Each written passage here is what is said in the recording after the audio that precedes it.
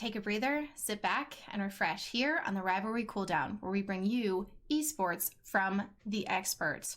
Now, we have 2 episodes very close together. I know it's unusual. You're used to waiting like 3 months for another episode, but these guys were so excited to have another one to continue our discussion from last time.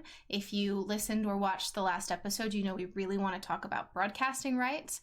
And unfortunately, Riot had other plans and had to drop a big bomb in our lap. So back with us to talk about Riot's taking over of the games industry in the esports world, we have Nahaz and Richard Lewis once again. Welcome, guys. Hey, go for it, Richard. I was going to say, I'm very sad. I had my Free Hong Kong t-shirt ordered, and I didn't get it on time. So I've had to wear my Freddy Krueger for Spooktober, so I'm pretty bummed out after the last episode, but whatever. I did wear red. I don't know if anyone picked up on that, but I did very intentionally choose red last time. I like it. I like it. No, Okay. You said unfortunately though. I'm actually pretty stoked because this Riot announcement. I think there's a lot to read into it. It's funny because I think that there are some things that, like, when you first talk about them sound like conspiracy theories, but when you start thinking real hard about it, you're like, yeah, this is a really big deal, and I think it with Riot, all of the conspiracy theories are true. that's the beauty of that company. They truly are a gift. Okay, so for some context, I like to say if you've been living under a rock, but for Dota people, that kind of tends to happen sometimes. So Riot has announced a whole new host of titles. I don't even think I'm going to remember all of them, but they have a CSGO Overwatch fusion, so it's a character-based shooter.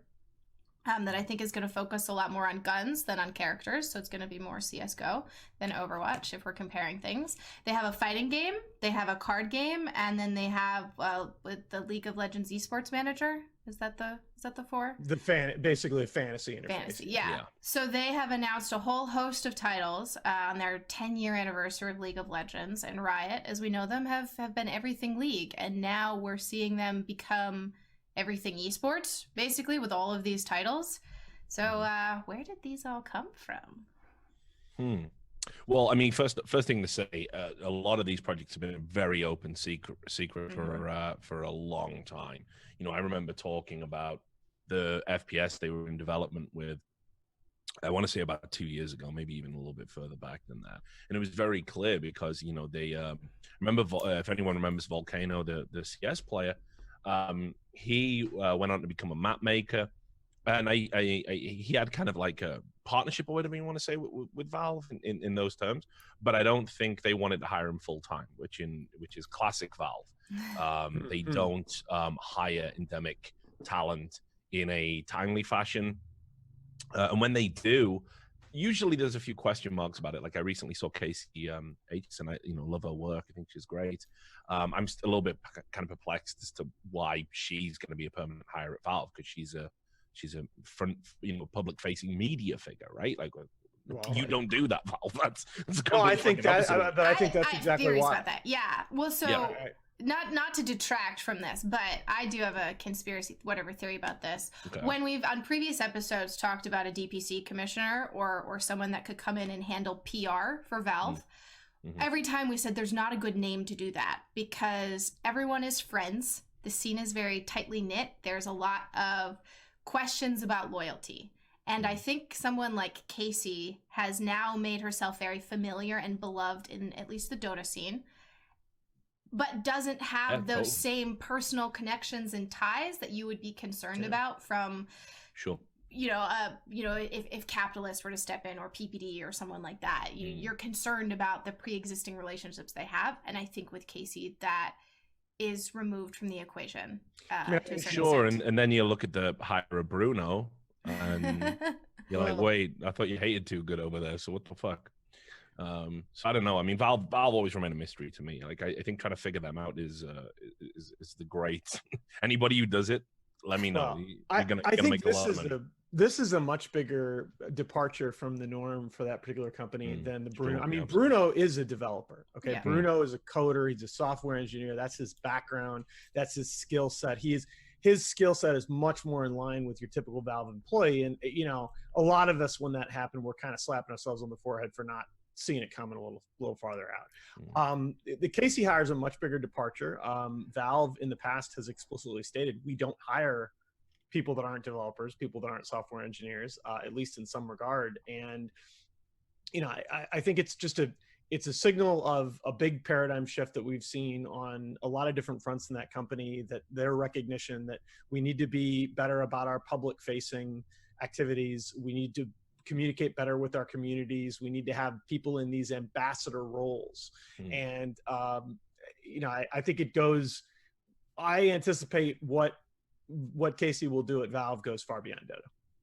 Yeah, and I hope so, because like I said, I got a lot of admiration for her from the moment she first came into the space, which must have been daunting to kind of dip your toe in the water right at TI. She's she's a special talent. She really she's the kind of person that she can walk into a room and just start talking to people, and you just want to get to know her. She's kind of an effortless leader. She has a great presence in any group dynamic. There's a reason that she steps so easily into and out of the Dota community every year, and I think it's only a good thing. Well, sorry, derail the conversation right at the start, right? Fine, but as Richard was saying, that these games weren't a surprise. So No. Valve changing things up, not a surprise. But we can come back to that. We can jump back into Riot. Well, I think the timing of the announcement, obviously this announcement was planned for a long time to coincide with the 10-year anniversary of League of Legends. But I think the timing of this announcement, if you're Riot, it couldn't have been more fortuitous. I wonder how much doubling down there was on this, how much, they looked at this and they said, we want this announcement to be big to start with. And then a bunch of people looked at it again and said, well, there are reasons that we could make it even bigger, because as we've talked about, Valve and Blizzard, for different reasons, both of them are really struggling right now. Blizzard, obviously, we just spent an entire podcast talking about how they're struggling with their public image. Valve, Dota matchmaking is flat out broken. People are having terrible experiences with that right now. Artifact has failed. Underlords, my read. I still love that game, but I wonder if it might not be stagnating just a bit. It's definitely lagging behind the League of Legends equivalent. What's that? Teamfight Tactics. Teamfight Tactics. Yeah. The numbers speak for themselves. Exactly. I think I still, again, it's hard to separate from the bias, and I'll take my lumps there happily. I still think Underlords is in some ways a better product. I think that game's going to be amazing. But again, I think a lesson that Valve, if they haven't already learned, should have learned from Artifact is it's not just all about the game from a design theory point of view. It is about how you present it, the marketing, the timing. And I think Riot, they smell blood in the water right now. And they have an opportunity to capture a huge amount of market share in some of the key growth dynamics across the gaming industry. I mean, I'm of the opinion, actually, I think Riot really missed a trick. I think their announcement comes at a great time. Why drop all these announcements on one day? It is mind-boggling to me. You could have dominated the news space for a week, and that's exactly what I would have done. I wouldn't have rolled out a new game announcement with game footage on the same as 3 of the games, plus some announcement about how you change in things structurally, and just there was just all sorts of announcements. It was announcement overload. Oh yeah. There was no way that journalists could almost keep up and cover it all in sort of any coherent fashion. I think it should have just been, we announce a game on this day, and maybe we do some Q&As on some social media, and we do it again and again and again and again. And you could, this was a 5-day. These were easily 5 days worth of announcements you could have put out. And I confess, I went through sort of the same chain of logic myself, reacting to this, and it made me ask the question: was this calculated? Was this meant to sort of serve notice to Valve, to Blizzard, to the entire gaming community that, look, we intend to dominate the news space moving forward? Well, what was the timing around Fortnite too? This happened after the black hole of Fortnite. Oh yeah, I mean, we're missing that out, right? That very literally. Good. Yeah, very good point. It also comes in a vacuum when, a literal vacuum because of how Fortnite went out. Fortnite simply, not existing right now. And listen, everybody was going, oh my God, like Epic Games and their marketing department for Fortnite they're geniuses. They've done it again. You know, and then 24 hours go by and the game's not back up, and everyone's like, wait a minute. Yep. So, you know, it was smart. I mean, the idea that you can get that much attention by simply saying we're going to update our game, it's not even really a sequel. It's very, very smart. But I think when you go back retroactively, Epic Games has had a lot of problems with Fortnite. The numbers are dropping, viewership's dropping, player numbers are down, monetization's down according to some of the sites that claim to have those metrics. I won't necessarily, you know, advocate for them being correct. Celebrity engagement certainly down. You know, there's a lot to suggest that it's shrinking and they needed to do something. So they had to have an event of some sort. The fact that, honestly, their event was we're deleting the map. Like, sure. Cool.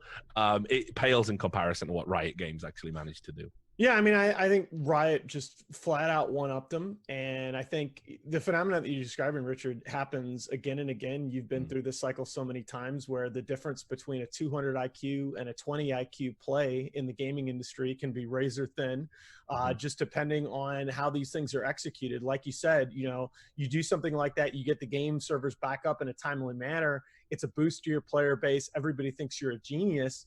All of a sudden it lags a couple days and people are wondering, especially with stuff going on in the interim, are you asleep at the switch? And, you know, that's kind of with Riot. Especially given that all of this stuff was sort of open, or most of the stuff was open secrets. Your competitors should have shown weakness in all these areas. I'm a fan of the get all my cards on the table kind of strategy, provided you have content to back it up. Well, and I wonder, we don't actually know what the publishing plan was. What if it was Richard's plan and they looked at what was happening with Blizzard and what was happening with Fortnite and said, screw it, dump it all, let's go. It's you know, we don't actually know what their PR plan was, and they could have just seized the opportunity and run with it. And you know, the thing is, Scotty, I don't want to go too far because, again, I think it starts sounding conspiracy theory-ish at some point, but I really have to wonder whether some of this is related to the topic of our last podcast, that, you know, you look at the gaming industry and what is the single biggest constraint? It's cash. It's free cash flows. Like all of the whole reason going back 20 years for the developer publisher model is that these individual developers are not well capitalized. They don't have a lot of cash on hand, and they're reliant on a model where you spend multiple years developing a game and you don't get that big infusion of cash flow until it hits the market. And even with the free to play model, that cash flow distribution gets pushed even farther into the future and becomes a steady flow. So, you know, you ask, right? And most game companies, if you tell me that they're announcing a suite of 7 products to be published over the next, 2-3 years, the very first question I'm going to ask is about their cash flow situation. And Riot, their cash flow situation is great because of Tencent, because Tencent is sitting on mountains of this stuff. And I really wonder, I think a lot of this is Riot recognizing we have the advantage in terms of our financing structure. We have this very large effective line of credit that we can draw on. We're confident that we can get these products out to market. So let's just seize control of the gaming news cycle and not let go. Yeah, and also, I mean, you know, it was a healthy dose of bullshit in the announcement as a result of this. So let's just be clear and establish things for people who maybe don't follow this. You know, for the longest period of time, that while Tencent was a majority funder at Riot Games remained independent. They had their own, you know, kind of shareholders and decision makers and everything else. And this is very well documented. I think there was actually some articles published about it. Again, it's kind of an open industry secret because Riot employs so many people. There's so many people talking about the clusterfuck that is the, you know, internal workings of Riot Games. But what basically, you know, what I was told, and as I said, I think this is public information anyway, that there was a lot of friction because Tencent, and they upped their stake initially before they bought them out completely. They said, right, you've got this great IP. You're failing to monetize it effectively. Esports has been a lost leader. We want to make some shitty knockoff mobile games because that's what plays well in the Chinese market. And Riot Games were going, no, we're not going to put our name on that. The Riot Games staff were like, we're not going to develop this. We don't want to do it that way. And Tencent went, all right, we're going to buy you out. Now what the fuck is up? And this is what you get. So when you had this part where I think it was Mark Merrill, you know, it might have been Brandon Beck, I always forget, you know, the Chuckle brothers out there, who, by the way, after Tencent bought them out, had their responsibilities massively scaled back internally, according to multiple people. And I don't think they've been great leaders for the company. I think when you've dominated the space like League of Legends has and like Riot Games have, I think a failure to capitalize on that is actually quite embarrassing, but whatever. Basically, they were going, yeah, it's always been our plan to make more games for 10 years. But we just wanted to focus on the League of Legends product. And we knew it would take roughly about 10 years to like get it up to speed. Now we're ready to go with all of these games. It is the biggest load of PR bullshit I think I've seen in 2019. Maybe not quite, because Activision Blizzard like to peddle that too. So anyway, so there's no shortage of PR bullshit. Yeah, you're right. I mean, you know, there's a lot to wade through, right? Yeah. So Riots might have been the most appealing to the masses as oh, believable. sure, and you know, it's like so Blizzards subtle. you could call out as bullshit. Riots, you're like, Yeah. maybe. Just subtle lie. But the reality is they've been told, listen, you've got this great IP, people love it, it's time to start leveraging that and monetizing it. And if you thought for a second Tencent, when they completely took over, they were going to allow them to just have one game in their portfolio, there's absolutely no way. And that's the real driving force here, the changing of the guard. But again, I think it's, you know, at the risk of being the sort of boring economics lecture type, right? The story that you're telling here is it's a archetype of what happens when really hot small company having developed one highly successful product gets bought by large conglomerate with a mountain of cash. This is what they do. They come in and they say, you have this great product. We bought you because of this product, but we really bought you because we think that there are a ton of other ways that you can monetize this product that just require a ton of cash on hand in order to execute.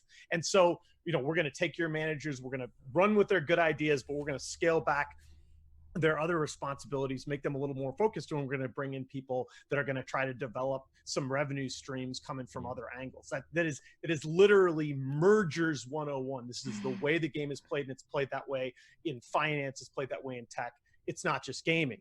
Okay, the interesting thing to me, right, is the acid test of whether these mergers actually add economic value in the medium to long run is always those new products, those new revenue channels that get pushed. Are they actually in line with what that original company does well? And so your story about, you know, they were originally getting pushed to develop these mobile knockoffs that were just going to, you know, make 5 cents a consumer, but go out to millions of people, right? That is sort of the low-hanging fruit, and it's the easy way that you capitalize on some of these mergers. And there's a part of me as an economist that's very encouraged that, you know, the creative team at Riot has obviously had some input. They've obviously been able to shape a lot of these projects, and they've obviously been able to bring the focus from let's develop Diablo 4 on mobile. You guys have phones, don't you? Exactly. And you know, I just want to add to that point real quickly, and sorry to interrupt. No. You know, Riot Games deserve, you know, absolute credit for their steadfastness against Tencent. Right. If it sounds derisory, what I'm saying, that's probably just the tone I usually adopt when I talk about Riot Games. So apologies. You know, what they definitely deserve credit for is they serve their community, their fan base, their consumer ultimately very well by saying, we're not going to make a bunch of shitty knockoff mobile games. We think the IP is better than that. Now, internally, they've also developed a lot of games that they've scrapped. I mean, go back when they got, there was the data leak that they covered up and lied about in 2014, I think it was. You know, there was a proof of they'd been developing a card game, a Hearthstone-like card game as far back then, and it got scrapped internally. There's been talk of many games that have been developed and scrapped and pulled, and that they didn't think it was right to go ahead, and they didn't want to commit. They were worried about quality, and there was workflow issues. So they've always been keen on the idea of making another game. For whatever reason internally, it's just never came about. And I just think when Tencent fully took over, that wasn't going to be an option. But absolutely, compared to what could have come out from Riot Games. These look unbelievably better and much more polished products. The discussion point that I see raised everywhere is stop hating on it because it's Riot. Get your head out of your ass. Competition is healthy for the scene. And the question I have when I see that is, yes, Riot has League of Legends, and that was very successful, and the designers did a great job. But that game is a direct ripoff of something else that exists. That is how a lot of gaming things work. We're going to talk about Teamfight Tactics doing better than Underlords. Let's talk about the fact that it was another custom game that Valve and Riot both said, hey, we're going to make this ours now. So the everything's a ripoff. Oh, of course. CSGO's a ripoff. Well, CSGO was a and Overwatch is basically just Team Fortress transposed over, right? Now, But Team Fortress, but this is my question, is that Team Fortress was great. Overwatch is failing.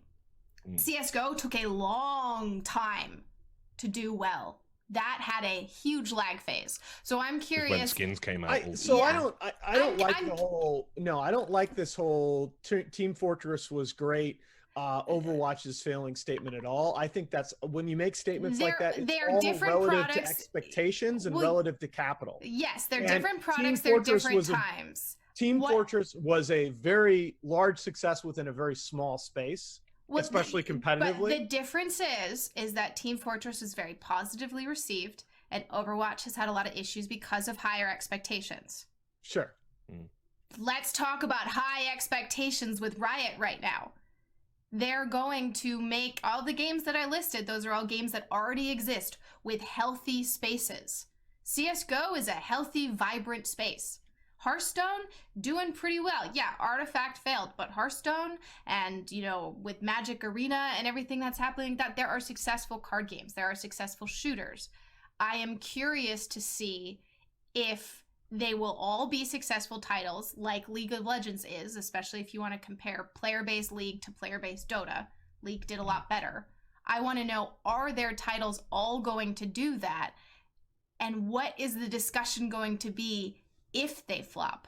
Well, let me tell you one thing. They have a tremendous advantage in one way, and that is that Tencent owns stakes in thousands of LAN cafes across China, and every single one of those games is going to be installed on a crap ton of screens that get used hundreds of times a week. They have, like, what I see, right? You look at Overwatch, right? You say, oh, Overwatch is failing, right? Overwatch initially was viewed as a huge success story. It was viewed as a huge business success. Why? A big reason why is because it exploded in Korea. The Korean numbers initially for Overwatch were stunning, and that was part of the basis upon which Blizzard went and sold these franchise slots and out, on the basis of those numbers, not just the levels, but the trajectories, okay? Tencent, I look at what they're going to be able to do in terms of the effective guaranteed installed base that they're going to have as these games come out in China and in other regions possibly as well. I think they're going to be starting from a really nice mark. And I think they're going to be able to weather some bumps. Like when you start with Artifact, when you start with, 5-figure player base, you do not have much room for error. Well, and let's a very important thing here that I don't think we've highlighted that I want to push us towards. These games are free to play. Well, that's what my sources, when we got the tip off of what was going to be announced, because a few journalists got tipped off in advance, obviously Slasher, who's been doing some great work lately, seems to be, rejuvenated, reinvigorated.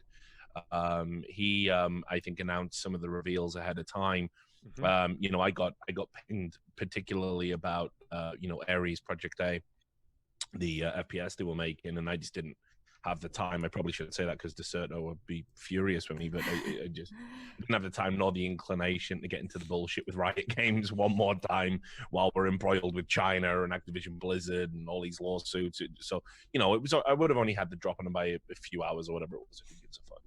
But anyway, the same sources that were talking to me about these announcements and reveals, they all indicated that, the plan internally is, hit the ground running, make these free to play, which is incredible. You think about, we're going to have a major competitor from a major game studio in almost every popular genre of game that's free to play, coming into the market at a time when those games are flagging and talking about sequels. Absolutely. That's unbelievably big. Well, it's unbelievably big. And again, the driving force, what makes that possible is the fact that you're extremely well capitalized and you have access to these distribution channels in the Chinese LAN cafes and elsewhere in Asia. It's you know, those are two powerful advantages. And it's important that when we talk about these games being deemed successes or failures, there are a lot more factors in play than just how good a game this thing is. And I think a lot of those factors point to these titles from Riot being really big.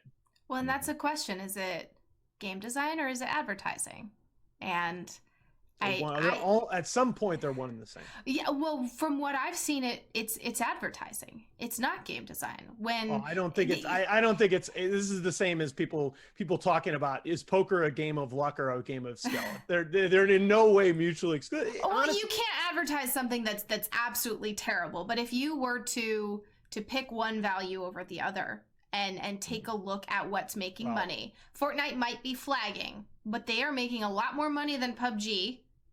And as far as competitive integrity and game design for skill level, the discussion is generally that as long as PUBG's servers aren't dying on you, it's better than Fortnite mechanically and the way that the game is designed. Bluehole, it's such a strange time over there as well. I kind of feel like they haven't been in this conversation. Yeah, but there was a new report saying that they were still making money hand over fist.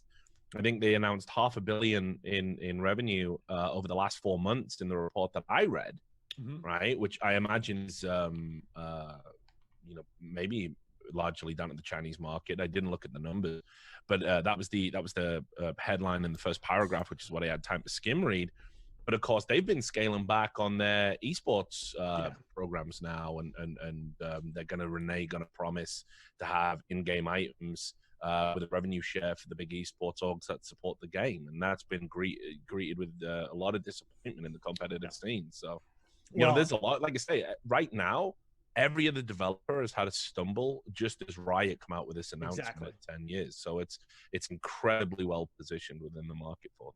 Yeah, and Bluehole's been they've been super conservative when it comes to the esports side of things. There are a lot of TOs that have tried to go and work with them and said, look, we want to do more PUBG. We want there to be more PUBG events. And Bluehole's been very reluctant about, hey, let's not grow this too fast. We don't want some of the problems with the game on full display. And that's kind of the thing, is that a lot of those when there are competitors out there, especially a game like Fortnite, where Epic's like, yeah, F it, let's just go do whatever we want. Eventually people just get tired of knocking on your door and they go date somebody else.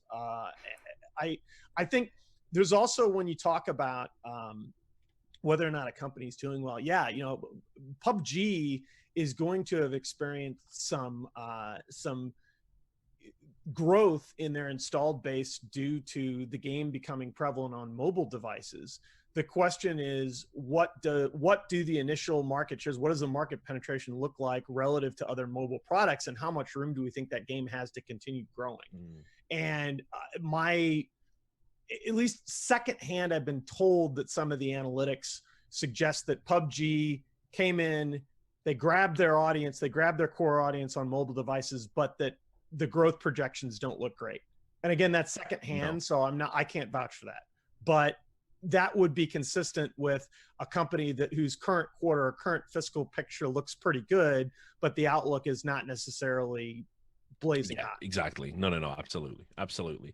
And I think they're in a position where they need to start thinking about that difficult second album, right? They need to make their next game. I mean, sure, you ported it across to mobile, seen a lot of positive buzz about that. I think that's going to be interestingly challenged because we got Call of Duty Mobile. We got every game's going to be going to mobile now because of the power that the average mobile device has. So we're going to see a revolution in mobile gaming over the next 2 years. League of Legends is coming to mobile as well. We already had proof of concept with Vainglory, which didn't succeed, but you can, have MOBA type games. You can have that capability on a mobile phone. So, I think Bluehole need to start thinking about, well, what do we do next? And it's tougher for them because there's no real IP with Battlegrounds, is there? There's no lore, there's no characters. It's you in a battlefield environment. Meanwhile, Fortnite doesn't really have that problem. Riot Games certainly doesn't have that problem. They've got an established universe. Valve don't have that problem with Dota. So it's tough because they need to almost innovate and try and figure out what the next popular genre is going to be and create a game that fits in that market-wise. So I think Bluehole have a very unenviable task for them ahead. They could make a racing game where the cars flip really easily. That would work. Yeah. Oh boy. Wow. We get to see Summit and other popular streamers. Please no. Please, the driving's like the worst fucking thing about PUBG. The worst. Yeah. Jesus. Yeah. There are emotes on all these Twitch streams about cars flipping over due to PUBG. But listen, I think Richard actually asked the key question very early on in that, and that's that the free to play model is very well understood, and regardless of whether you're charging, $20 or $10 up front for your game, implicitly a lot of it is free to play monetization now, and you need to have some sort of brand equity inside the client, and there's no branding inside the client for PUBG. There were just really no options yet, and I think that's part of why people were so disappointed by a lot of these promised features about we're going to be able to have skins, we're going to be able to have guns, we're going to do blah blah blah blah blah. None of that has happened. And I think that to me is a bigger deal than your next title, because whoa. Don't forget they had the Suicide Squad skins. Oh shit. Yeah. Okay. Yeah, they were. They weren't great. Didn't that come off the heels as well of like Epic Games announcing an initial partnership with NFL jerseys or something? Yes, it was like one day later where Epic had all the NFL jerseys, and Bluehole was like, "Hey, we've got Harley. You've got a really bad Joker skin, like one of those shitty Halloween costume Joker skins." Like, fuck. Well, and let's not forget, right? There have been the share of problems in the partnership between Riot and the NFL, right? That was not smooth sailing there. But again, I think that we've been saying it for so long that the core of long run economic value is branding, is brand equity, and this kind of crossover is only going to get bigger as time goes on. It's only going to get bigger with the move to mobile, which opens up a whole new way that you interface with brands. I do agree. I think we're kind of standing at the cusp of a paradigm shift in the industry. Well, and developers are going to have to keep up. So obviously Epic kind of set the bar. Riot said, screw that bar, like this is Olympic level pole vaulting, I'm going to move it up here. And you look at other developers, either we don't know what they're doing, like with Bluehole, or if we want to swing over to our personal favorites, Valve has had quite the journey over the past couple of years, and the past few months there's been what I would say is a paradigm shift. And whether that's trying to keep up with Riot or trying to not have to make a new game after Artifact and maintain their existing games.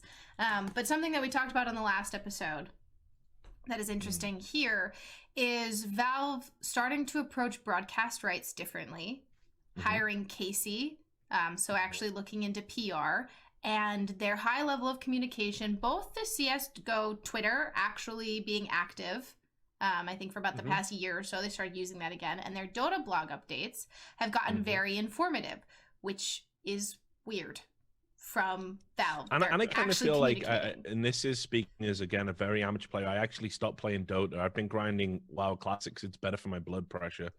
But I think, I want to say as well, it feels like the patches and the updates are coming a little bit faster, a little bit, than they were initially. I know we were getting for Dota? Yeah. No, I mean, there's been a few tweaks and everything because they're trying to nail this matchmaking, and there's been lots of sequential updates. Again, it's just an observation. I could be completely wrong. They are indeed coming much faster now. It's a little bit. It's hard to say it's apples to apples, because in the past, when we talk about patches in Dota, the overwhelming majority of the attention is on balance changes, new items, changes to heroes, and now the emphasis recently has been on changes to the matchmaking system. Valve, they it was weird, right? They were in a weird position leading up to TI because we've kind of known that there needed to be a change to the matchmaking system for a while now, but they chose to do that change to the matchmaking system in the time period leading up to TI, which is natural because that's the time that your player base peaks. But it's also a little weird because it's the time when the high end of the very top end of the matchmaking pool gets really distorted because you have all the players and the top level pub players included in different regions and playing on different servers, playing under different circumstances than they otherwise would be. And so you ended up, anytime you introduce role queues or something similar, you end up with a sparsity problem. You end up where queue times, it's very easy to get queue times that are very, very long. And that sparsity problem is exacerbated when the player base in the time that you put this into effect doesn't look like the player base the rest of the time. Like Mid One could not find pubs during TI. Yeah. And that was a big, big deal because a lot of the players, I would say perhaps even most players on top teams, their primary individual practice time is spent pubbing. And so all of a sudden you have these players on potential championship teams at the international that aren't able to basically engage in their daily practice regimen. And that's, I mean, it's a big deal. It's a big deal competitively. And the matchmaking problems have not gotten better since then. So they haven't gotten better for high MMR. Let's leave that. Well, yeah, absolutely. And I don't know. It's hard to say.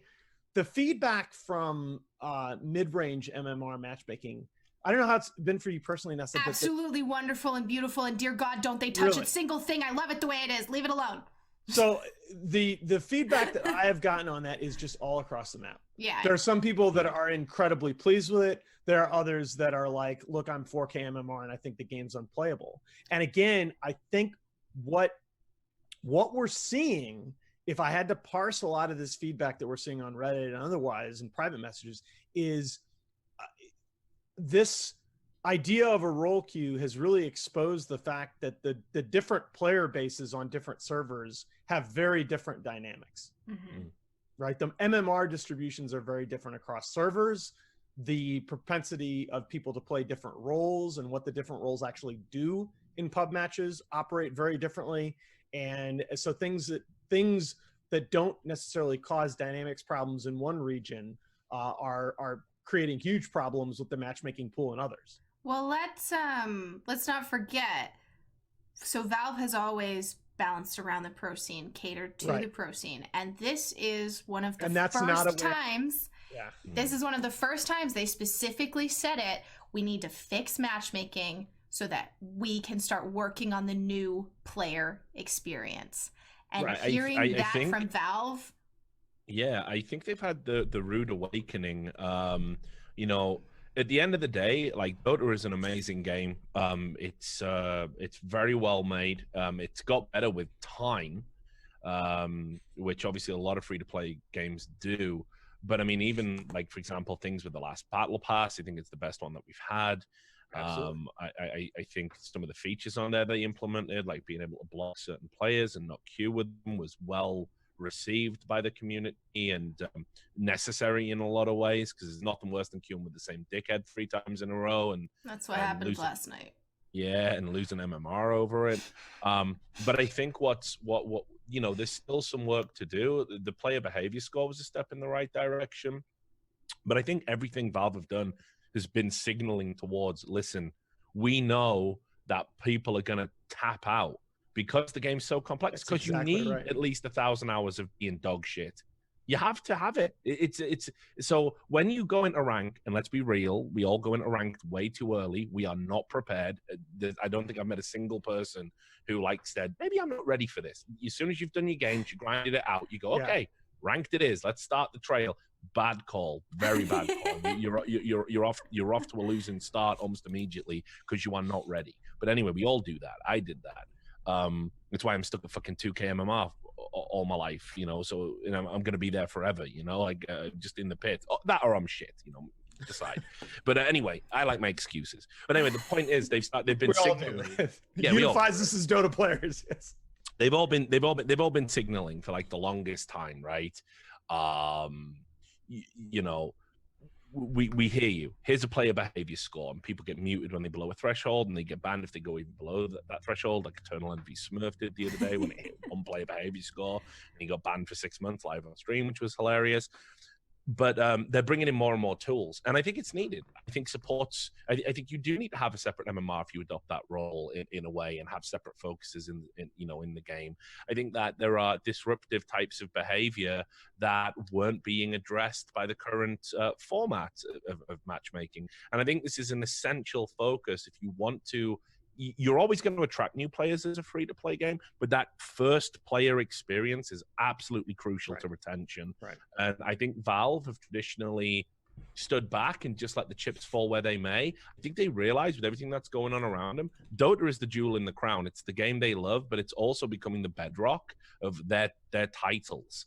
And they need to preserve and protect it, and to create an environment where when they do get an influx of new players, run about TI, for example, people want to stick around because the games aren't garbage. That's absolutely right. And part of it is coming from your statement about the fixed cost required to play Dota well and enjoyably is true in a dynamic sense as well. I mean, I remember so well when Merlini retired from casting, and take that full-time job. One of the big reasons that he gave, both publicly and in personal conversations, was, look, Dota is a game, if you don't have 15, 20 hours a week to play at once you get to a certain MMR, it just feels so hard. It feels like, so, I mean, this is partly why I don't play Dota nearly as much anymore, because even like 4K MMR, man, if you don't have 12, 15 hours a week to play, if you're not playing every day or at least once every 2 days, the game just feels like you're fighting the game engine. Well, and the MMR shifts, or not the MMR, the meta shifts even without a patch. The pub meta, the pro meta, we see it. When Richard said that we've had a lot of patches, it was funny because our subreddit is full of people begging for the next patch. Yeah, where's the next patch? And that's the thing. Dota has, to me, in my very biased opinion, Dota is the most successful title I've ever seen at balancing within the game over time. I think that their approach to balance, they've had a consistent paradigm. They've executed it well. Interestingly enough, they've communicated it well without needing to do much explicit communication, because it fits so well in this paradigm. And you can always tell a story about what the individual patch changes are doing. That's why Dota is great. But balancing the actual player experience side of it, and making sure that people that tune in and start playing around TI have the incentive to keep playing, making sure that you can replace the portion of the player base that has kids or gets jobs and just doesn't have that 12 hours a week to play anymore. That's where there just haven't been solutions to this. And the old Valve rhetoric of, look, Dota is, the old rhetorical stand has always been, Dota is unapologetically hard. We're not going to dumb down the game. We're not going to make the game into league. But I think eventually you have to move off that a little bit, at least in terms of answering the question, how are you going to get these people? How are you going to continue to attract new players? Like, there's no Han anymore. There's no game out there like Han that's just going to die and all of those players are going to start playing Dota. That's you got. I really do think, especially both at the pro level and at the pub level, the death of Han ends up being a huge shot in the arm for Dota. I don't think there's another one of those shots coming, and so you're going to have to think a little more carefully about how to retain. Heroes of the Storm didn't really prop us up. That too. But Heroes of the Storm. The key thing here, though, is with League of Legends is going unbelievably strong, and that's the domino you want to fall, right? I mean, I don't think we're going to see any real new MOBAs until someone gets a new idea. It's going to go the same way as the MMO RPG, right? It's just shit, everything's a World of Warcraft clone, and there's a couple of exceptions that have managed to get good market space, but people don't like the business model attached with that anymore. They don't like the grind model attached with that anymore. It's really fallen out of favor, and people don't develop them. And when they do, they generally arrive to a big fanfare about how they're going to change the paradigm, and people go, oh shit, I'm killing 10 boars all over again, this sucks. So I think with MOBAs, we're in a similar space. Something really innovative has to happen, where it's going to be League of Legends and just Dota kind of dominating, and all the other ones have gone the way of the dodo. And when they do, I think people go, well, I'm not taking a backward step by going to League, because that's the amateurish, childish one. I'm going to go to Dota, and they get the same rude awakening. But but you're yeah. absolutely right. There's not another game out there to get an influx of players from, unless Riot Games make an absolutely monumental fuck up, which is possible. Yeah, that's or somehow one of their new titles takes off and they have a huge player base transition to a new title, maybe. But I don't really see that happening either. Just because a lot of the League of Legends player base, well, a lot of MOBA player bases, they are casual. I think we forget that when we focus so much on the pro scene and streamers and personalities who are playing 30 plus hours a week. A lot of people who play League play a couple hours a week. They hop into a bot match. They queue up with their friends on a weekend. So even if we did see another title explode, I still wouldn't see it taking over League, just because the experience of League is a more casual one where you don't have to grind all the time. And I also think this is a part of the discussion where we could shift over to talking about, the evolution and the growth of a title is not just dependent on what happens and what changes inside the game. Yeah. There are all of these other distribution channels, content creation, the distribution of esports broadcast products that I think can be first order important to how the title grows. It's not just about a lot of the people that interface with Dota by watching it, be it on stream or be it at TI, at majors, what have you. Or watching Bulldog stream. Because in Dota, we can do that. But I think that's where Nahaz is transitioning to, and definitely something I want us to discuss. So 2017 maybe is when this happened. A lot of people forget this, but there were some DMCA controversies initially, and Valve said, yo, this is our IP. Community people can do what they want. And that was it was a very soft, kind of got glossed over. Are you talking about ESL Genting and Facebook, or pre? No, this is before that. There was one before that where Valve released a pretty generic fluff statement that basically said people can stream whatever they want as long as they don't steal assets. No, basically the statement said people can do whatever they want unless we decide we have a problem with it. Yeah, so there was a classic Valve statement. Yeah, as one would expect, but there was a statement, and I believe it still had to do with like Bulldog and Sing Sing, even though they weren't explicitly mentioned. That had been what that drama had been about. And then it's quiet for a while. ESL has this exclusive deal with Facebook. No one wants to watch Facebook for so many good reasons.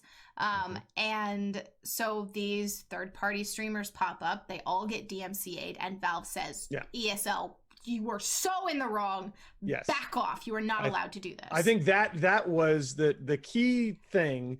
Valve's statement on the previous situation that you're referring to was a lot like Valve's statement on most things, and that is that we make the rules. At this time, we don't really feel like telling you exactly what those rules are, but we'll let you know if you violate them.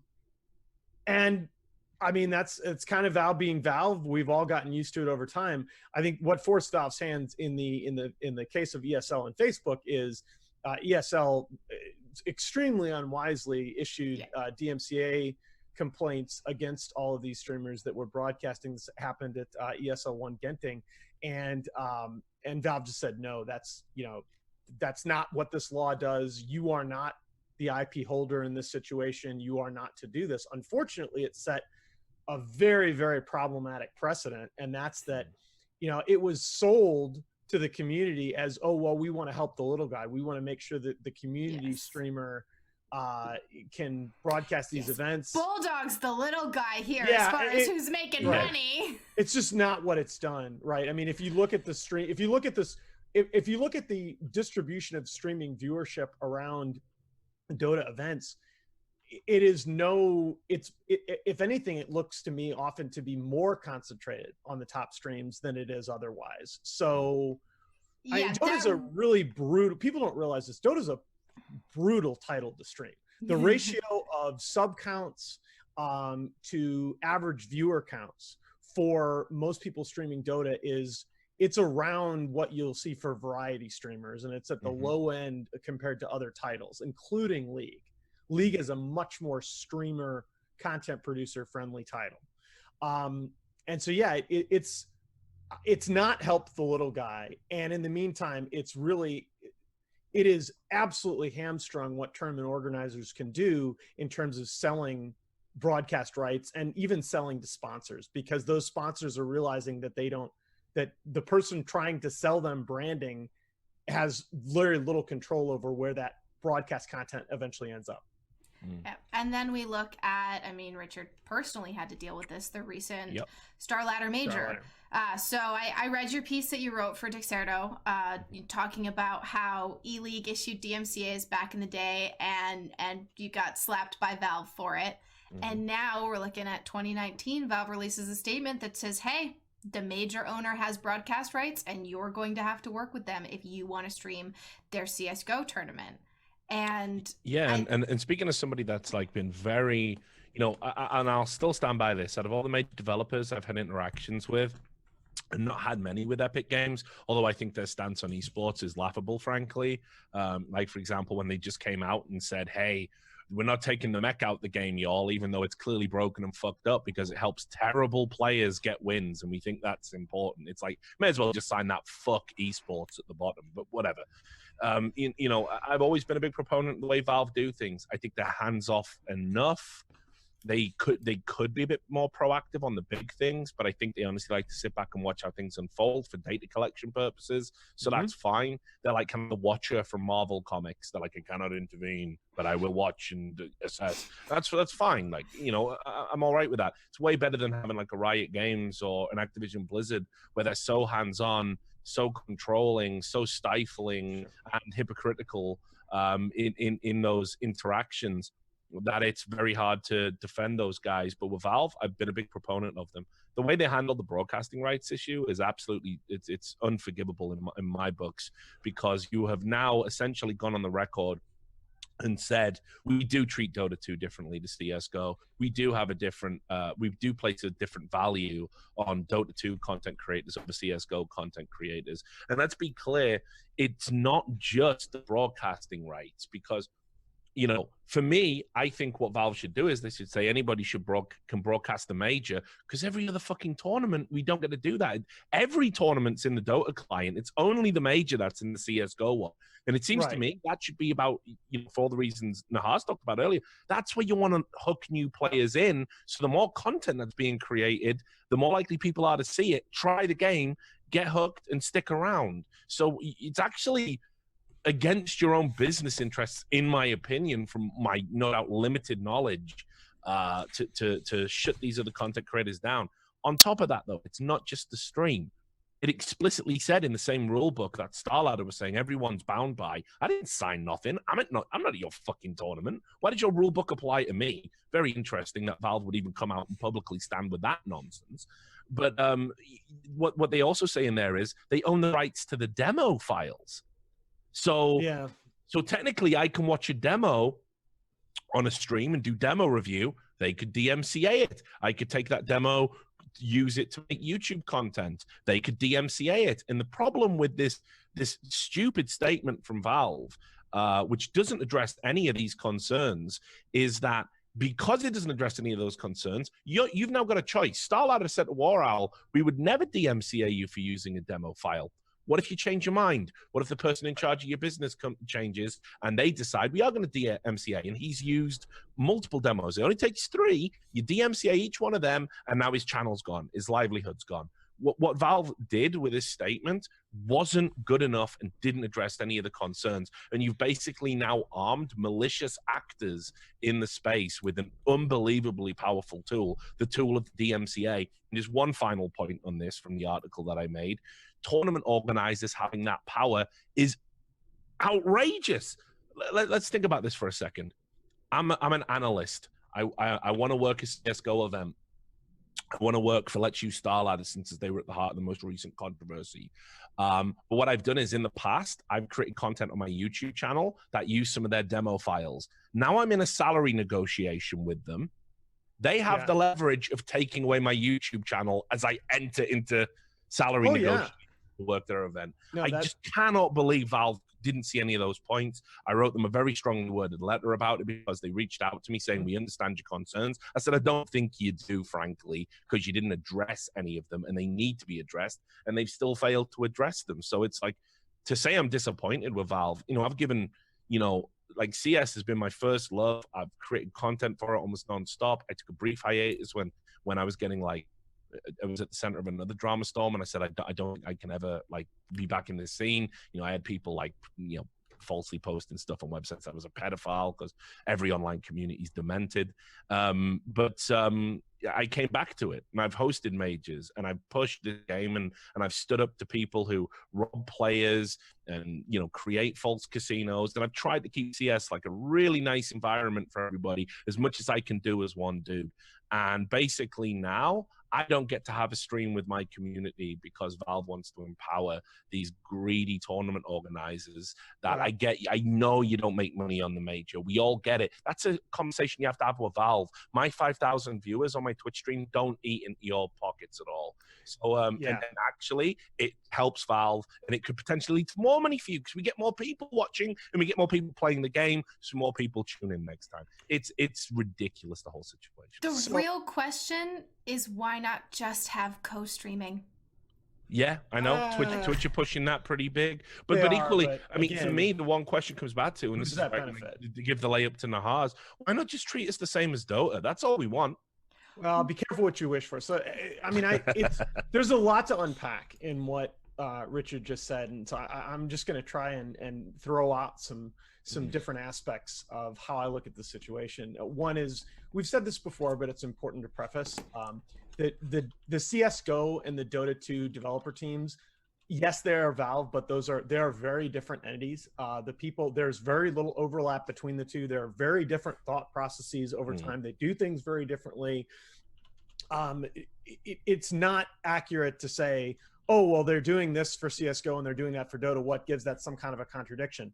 Those are two different decision-making entities. That's only to be expected. Now, I think Richard is definitely right when he says that part of the problem with the most recent round of statements regarding CSGO broadcasting rights is that they, you know, not only do they not jibe, but they actively contradict a lot of the policies that were put in place for Dota, including not just by the letter of the law, but by the inferred intent, if that makes any sense. It's just, it's clear that there are two different philosophies in play, which again, we've seen before. It's not news, but it's problematic going forward because we're all trying to figure out what are they going to do in the future. I personally, for what it's worth, Richard, I probably won't make you feel any better, but I think that the current state of things in CSGO is not sustainable. I think that they are going to come out eventually and clarify the most recent round of announcements, and things are going to have to change because I think they've gone too far. I personally have wished for a movement in that direction for Dota, but I think that they went way too far with some of the more recent things that they've done with CSGO. Part of the difference between the two is, Richard mentioned this briefly, but Dota TV, where you watch games inside the client, is an integral part of the Dota experience all year round. Valve has built this consistently for TI. When you get paid, for example, the Valve wouldn't ordinarily, they don't really per se pay us when we go do a qualifier hub for TI, for example, for Beyond the Summit or for other entities. We don't really get paid by Valve for that. The only thing that we get paid for is they send people money to make sure that the caster audio is in Dota TV, because that they view that as a core part of their product. They view that as being very important. And so Valve's initial response when the shit hit the fan with ESL and Facebook was, look, Dota TV is a core part of our product, and we are adamant that we believe our community, to us, streaming games out of Dota TV is exactly the same as streaming you playing your public matches. It's streaming, both are streaming the game. And we are not comfortable with anybody but us putting restrictions on how you stream the game. CSGO is a very different animal because, again, you don't watch other pub CSGO matches inside the client except with majors that happen to be viewable. You can, I mean, to give you a little bit of information there.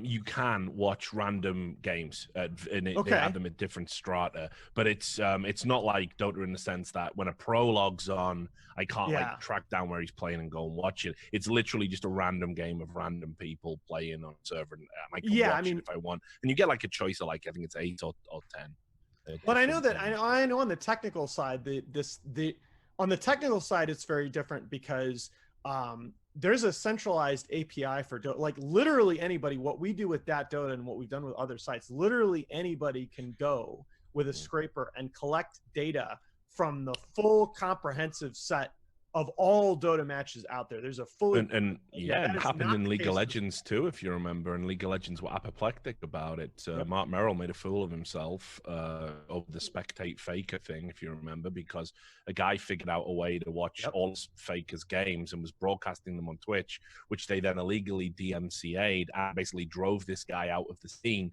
claiming he was bullying Faker by streaming his games, one of the most viewed esports stars in the world. I think and content that people were absolutely, exactly, thirsty men in a desert for. Yeah. And of course, the irony of this was when you logged into the League of Legends client, they would be streaming random people's games right there as it opened. So were they not engaging in bullying of those players who maybe don't want their games? Also, Riot Games staff set up a Twitch channel called Watch Teemo Die, which would go to a game at a moment when somebody, one of their users, one of their consumers, was playing Teemo and would die. So massive hypocrisy as per usual. But I love the Dota client and what it is. And as you said, it's an incredibly powerful tool. You can watch almost any player when they play. And a lot of people who want to get better at the game have a genuine thirst for that, as they should. And it's a driving characteristic of how the Dota community has evolved over time. When you look at Reddit, just not only from the balancing discussion side of things, but when people talk about what stuff's overpowered, how to play certain lanes, the valuation of certain items, it's always, I saw Sumail do this in a match, right? I mean, that when you go to the watch tab in the Dota client, it's automatically shows you which pro players from top teams are in which games. And it's, again, mechanically the CSGO client has that capability, but it's not the same. It's not pushed it's not a part of the viewer experience in the same way, I guess is what I'm saying. That could be the reason that they're treated differently. But I think it's also important to understand that we are Valve's beta testers. Remember that. They make big changes. If we look at what they did with the DPC system, they made a huge change. They looked at what happened and then they changed it again and they keep changing it. And I can't help but think that this CSGO siding with tournament organizers might signal something to happen with Dota. So, I think the past data has not really borne that out. In the past, what's happened with CSGO and what's happened with Dota has been the relationship is much weaker than most people project, just because the two teams seem to have very, very different philosophies. But again, the underlying problem is in both CSGO and Dota, for different but somewhat related reasons, tournament organizers, I mean, the financials are brutal. The financials are absolutely brutal. And I have said this for several years now. I don't see a way forward for competitive Dota events outside of TI to make money unless there is some way that they can have broadcast rights or monetize through the client. You've got to allow one of the two, if not both. And right now, you have no broadcast exclusivity. I mean, basically, in Valve's statement following the DMCA's with Facebook, it was, you have rights only to assets that are developed by you for your stream. There are no exclusive rights to anything inside the game. And there is no, at least in CSGO, the in-game monetization system, the players and teams get shares of those stickers, right? There is nobody in Dota. The only revenue sharing in Dota right now is a portion of the TI compendium sales going to the prize pools for TI. That's it. And that, still, I've been sounding the alarm bell about this for a long time, but that's a problem in terms of the economics of tournament organization and broadcasters. I think the most basic problem is discoverability. The fact that, so I've had this conversation with people a lot recently. When Valve shut down item betting, gosh, it's been 3 or 4 years at this point. So Theben looked at me and he said, that's the death of tier 2 tournaments. And I was like, are you sure? He said, yes, that is entirely what viewership for tier 2 tournaments is. It won't happen immediately, but they're going to die. And we're seeing that now. And I knew this. Dota 2 Lounge, one, you could bet shitty dollar items you were never going to sell anyway, so there was zero risk. It made you care 1,000 times more about the game. But I don't even care about those parts, the gambling aspect, like whatever, screw that, sorry Rivalry. They had the best match ticker in existence. I went to Dota 2 Lounge to figure out what the hell to watch. Because they had the incentive to do so. Yeah. Right. And They had the strongest incentive by far of anybody in the scene to maintain that updated schedule of matches with an interactive path to links to stream views. Look, the problem again, I've run into a lot of that logic of the shutting down of Dota 2 Lounge and other sites as sort of a natural experiment. And the problem with that is that was coincident with the shutting down of a lot of other things, of heroic items, of in-game ticket sales, of cosmetic items. The in-game tickets is like, really the issue. You basically took every revenue channel inside the client besides Valve selling compendiums for TI. We don't even have major compendiums really anymore. Okay. Every revenue channel inside the client just got chopped off, and they've never been restored. And as a result, your sole option, if you're a tournament organizer, is to try and sell Twitch ads. And that's or Mercedes sponsorships. And that's tough. That's a very tough landscape because because a lot of companies don't know how to value that exposure correctly. And the viewership numbers, Dota is not going to compete with League and with other titles on pure viewership numbers alone. When it's not a major Valve-supported DPC event. Our TI gets great viewership. Some of the majors get great viewership.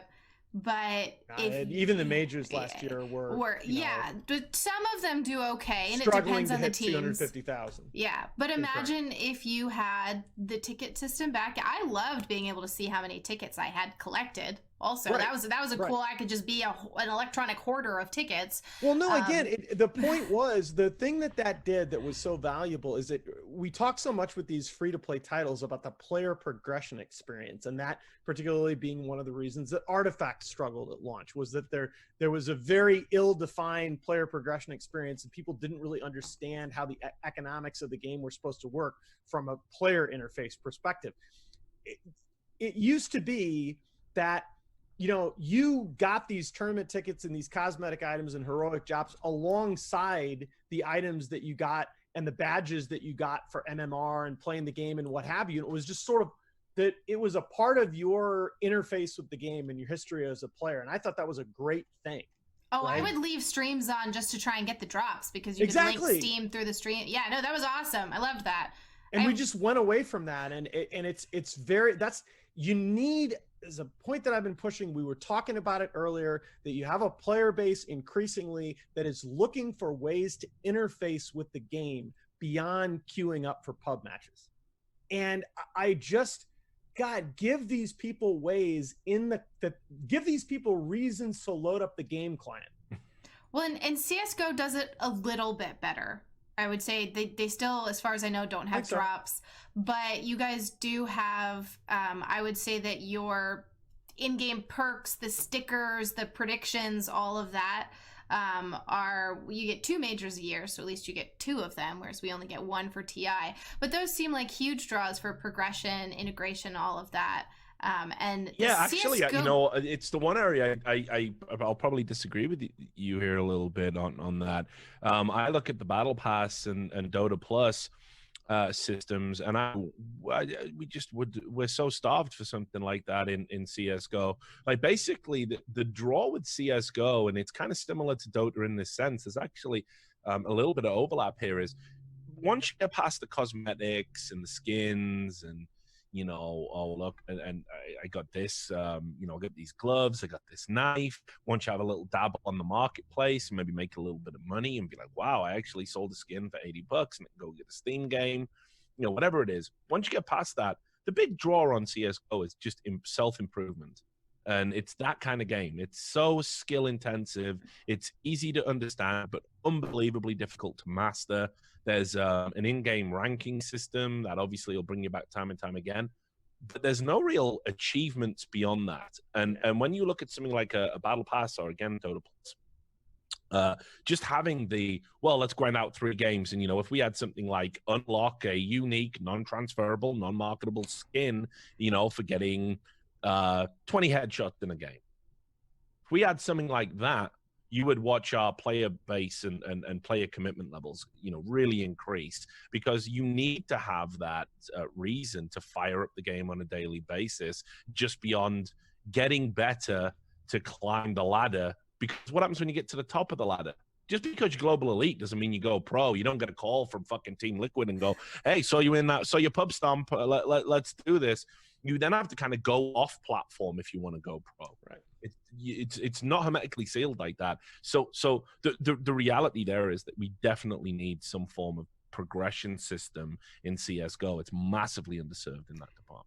Do you think the lack of a progression system in CSGO, and to some extent in Dota, is that the trade-off of a game being so well balanced and so high ceiling, unreachable ceiling, whatever, at the pro level, is that you do have devs and you do have a community focusing on the hardcore players who are playing for those micro improvements, who do want to master that hero or master, boosts on a map or master, managing economy, whatever. You can tell I don't play CSGO. Whatever the thing is that you want to do. Do you think that plays into it, that this focus on hardcore players? And in fact, I think there are a lot of discussions. I think you're asking this question this way deliberately, perhaps to get an answer like this. I think in a lot of discussions, people make the mistake of assuming that those aspects are somehow mutually exclusive. Okay, these people that play, your hardcore player base, they still like hats. Yeah. There's no. Oh, they like them more. Yeah. Let's be clear. A lot of your whales, right, are the like 5K grinders, man. This is, I think this premise of, well, we're going to be more of a hardcore title, less of a casual title, therefore we should focus less on these other in-game revenue channels. No, that is way bad logic. If anything, you have different and maybe even some more possibilities in that regard. So I do think, again, I think that I'd like to see more of these revenue. What bothers me about Dota is that there are so many of these revenue channels that we had at one point in the past that just went away, and it's still not clear to me why they did. And I've gotten the feedback from Valve when I've asked these questions about, well, it was just a small percentage of the player base that seemed interested in this. But again, interest is very state dependent. Most people don't care about a thing most of the time, but then when they do, they care about it a lot, right? Yeah, not only that, when they don't care about it because it's an abstract idea, but once it's rolled out and it's part of the landscape, that perception can very rapidly change. Yes. To take me, for example, when I first started playing Dota, I didn't give a solitary fuck about cosmetics, because why would I? And there was no way I was ever going to pay that amount for like an Arcana or whatever.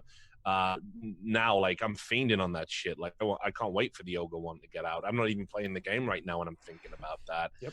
It's because you need that variety, you need that status symbol. I got like some particularly rare ones that I was able to track down and get, and people like that. I mean, even somebody like me, a very casual player, likes it when you get into a lobby and someone says, oh shit, you got that skin from way back, holy shit, that's fucking crazy. Yeah. And so again, as you become absorbed into a community, things that you don't think are going to bug you, things that you don't think are going to matter. I always swore I'd never give money to a free-to-play game in my life. I dread to think how much I gave to Riot before I quit League. I've definitely given a ton of Valve down the years.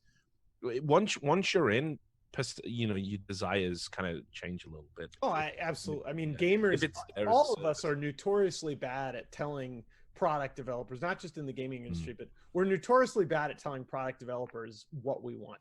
We're very good at, given two alternatives that we can consume and compare now, telling them which one we like and which one we don't. We're very bad at telling them exactly why and what sort of abstract new features we'd like on a product. People just there's a ton of research on this. Those answers are just not reliable. And is what it's exactly what you're saying, is that all the nature of human experience is evolutionary, right? Our tastes are continually evolving, and our experiences with different products are continually evolving. And aspects of a product that we don't value today, we value tomorrow. It's just what happens.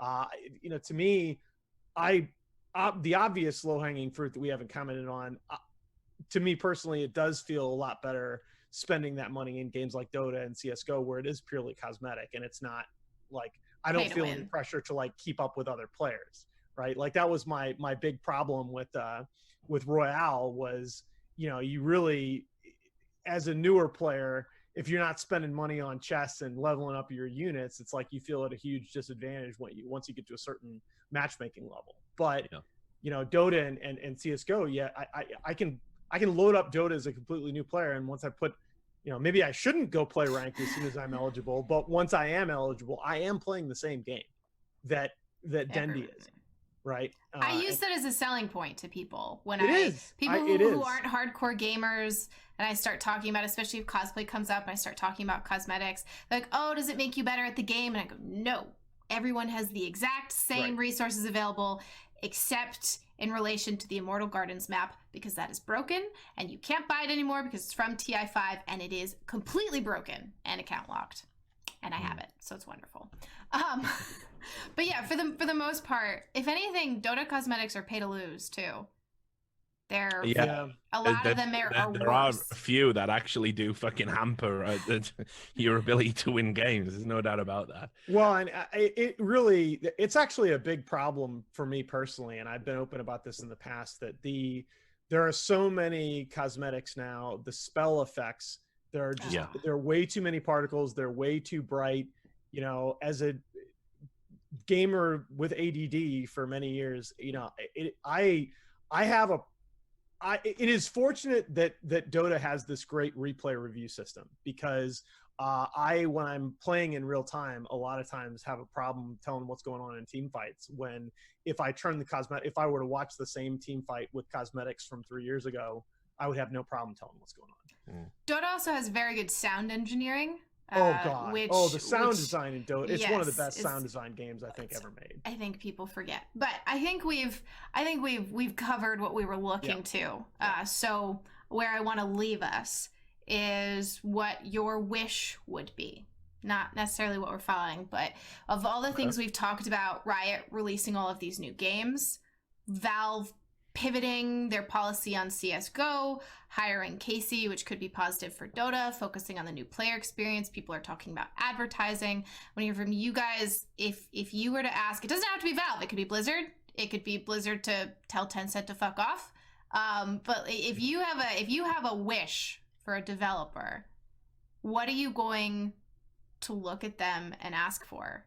And for me, all I want from Dota is a much more visible, easy to access, consume match ticketing system. I want all of that back, because part of my job is to know what matches are going on, and I cannot tell you how much time I waste tracking down that information. So that's what I would like. Very simple. Tough one. I gotta say this. It's on the like. I just want to sort of preface it by also adding all the people who are like, we'll totally get back at Blizzard supporting the Chinese by jumping across to Riot Games and supporting all of their products when they're 100% owned by the largest Chinese company, are morons. I just want to float that out there. You're not helping solve the Chinese problem in video games by doing that. But listen, I'll be honest. For many years, Riot Games were basically the fucking whale that I was out there chasing. They were my Moby Dick. You feel me? I was out there doing stories about them all the time. I thought they were a legitimate danger to the industry. I think they've done some heinous things that they've never fully been accounted for. But that being said, if they're course correcting now, they're fixing some of the issues. They still need to fix that forced arbitration stuff they're doing. But at the end of the day, just assessing them on the products they're putting out, I actually want Project A, as it's called, or Ares, or whatever it's going to be the FPS basically. I want it to come out, and I do want it to cause a little bit of a stir. I do want it to shake things up. I do want it to have some Overwatch players jump across and play it, and I do want some CS players to jump across and play it. That's really a melting pot we've never had. The class-based shooter dudes and the traditional skill-based FPS dudes. It's very rare that twain get together and sort of learn together. So something interesting could really come out of that. Maybe even the next gaming trend. So, I wanted to succeed. I've always believed in competition being a way to get better and get to that next level. So much like most people in the CS scene, I think we really welcome it, and we're interested to see where it goes, because it might light a fire in the world's ass if anything's going to. So, I actually hope it lands and lands right. Yeah, interestingly, that was very, very similar to what popped into my head. Was I was on the Overwatch grind for a while when that game first came out. Poor man. I just thought it was so much fun when that game first came out. I was not a big Team Fortress 2 guy. I hadn't played much anything like it. I thought the characterization and the production values in that game were fantastic. I was just like, man, this is a game I'm going to be playing for a long time. And then it just it never went anywhere. It stagnated. The problems were never addressed. In a way, a lot of the problematic from a gameplay perspective concepts were worsened as the addition of new heroes were added to the game. Orisa with even more shields to get through, and the tank meta stagnating even worse as time went on. Jesus Christ! And we just never it's like there was never an acknowledgement that, hey, we have these problems, and we had a path that we were planning to follow with this game. And there was never any interaction between the two. There was never a recognition that, gee, some of these things that we might have wanted to do are going to contribute to these problems that we're already having. And so, hey, let's maybe change course a little bit.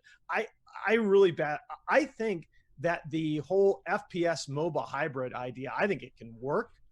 And I think it can be great. I think there is a great fucking game in that genre still. Sure, it definitely is an Overwatch. The nut you need to crack isn't gameplay. The nut you need to crack is spectator mode. Both. It is both. Or maybe, but sure, gameplay is obviously important to every game. Yeah. And no. Look, Richard, you and I are on the same freaking train with that, man. I said the first question I got asked about Overwatch was, what do you think it's gonna take for it to succeed as an esport? And I said they need the same team, the same level of developing commitment that was put into the title as a whole needs to be put into developing a spectator client with integrated tools. That is Dota. The spectator experience in Dota is so embarrassing, like relative to other games. It is so close. And even CSGO, it's so close, and in some ways beyond the player experience. Like you learn so much about the game spectating high level play if you're paying attention and if you're self-critical. You don't learn anything spectating Overwatch. You just don't. And I don't know, that's a huge problem. And I think that the way that there were some obvious systemic balance issues that game had at launch that were just, it was like there was never any appetite internally to address them. And what is the wish out of all of this? I cannot figure that out. I want Overwatch developed right in a dynamic sense. I've been saying this for so long with esports and with game titles. Balancing and good game design are not static concepts. When Overwatch was released, it was released to universal praise. The initial growth numbers were awesome, but the balance path that it's taken since release has been really bad. And I want a game that is going to be excellent when it's released and is going to be balanced over time, like Dota has been, with consistently articulated paradigms, attention paid to the top level of the player base, and the pro experience firmly in mind from both the player and the spectator perspective. I think that title could be the next big game across all genres, and not just in esports. A game that's being developed, or if they fix the issues with Overwatch? I don't think at this point, there's nothing that tells me that Overwatch's issues are getting fixed. I have seen absolutely no appetite from Blizzard to fix what I consider to be the systemic issues. I wish they would, because I still think the game's awesome, but the issues that we have are not. we're putting our eggs in the Riot Tencent basket. Is what Hey, it who sounds knows? like from Valve both might of come on you. too. You know? I'm putting nothing in that basket. Yeah, fair enough, fair enough. I have some desires and wishes purely from a game's perspective. Their basket can go fuck itself. All right, Eggs, you know, that's we're gonna end right there. That's a great sound bite. Riot's basket can go fuck themselves. Mainly Thanks. Tencent, actually. Mainly Tencent. I'm having a bit of a revision about Riot Games. As I said, Activision Blizzard are doing so much heinous shit. I don't hate them so as quite as much as I used to. Well, so the hatred is all relative with you, Richard, right? Yeah, exactly. Yeah, the I scale now moves. hate this other company a It's a lot shifting more. industry. It has to be. My hate has to flow. Like, He only has so Wow. much, so he has Is to this- allocate it in different percentages. Are we going into the Sith code here? Let the hatred flow through you. Is that? yeah, what's exactly, okay, exactly. okay. All right, so next episode, I expect like little horns and some black tattoos. That's the play. Okay. All right, well, thank you for joining us on this episode of the Rivalry Cooldown. As always, drop us a comment, share it with other people, let us know what you thought, and we look forward to seeing you guys on the next one. Thanks, everyone. All this memorabilia bullshit, and then you bust by season 2 because you spent it on tats. I got a cupboard full of this shit. You've got a tournament organizer that has not met its obligations and continues to not and makes no plans to. Don't let them use your game again.